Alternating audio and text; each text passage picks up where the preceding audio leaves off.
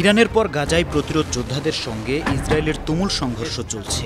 সংঘর্ষের সময় ভূপাতিত হয়েছে ইসরায়েলি সামরিক বিমান। গাজার জাবালিয়া ক্যাম্পে গুলি করে সামরিক বিমানটি ভূপাতিত করেছে আল কাসেম ব্রিগেডস। বিমান ভূপাতিত করার একটি ভিডিও প্রকাশ করেছে প্রতিরোধ গোষ্ঠীটি।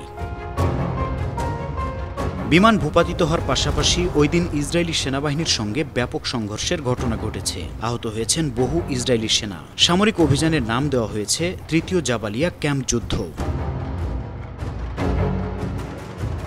এর আগে ইয়াসিন রকেট দিয়ে 4টি ইসরায়েলি ট্যাঙ্ক উড়িয়ে দেয় আল কাসেম ব্রিগেডস।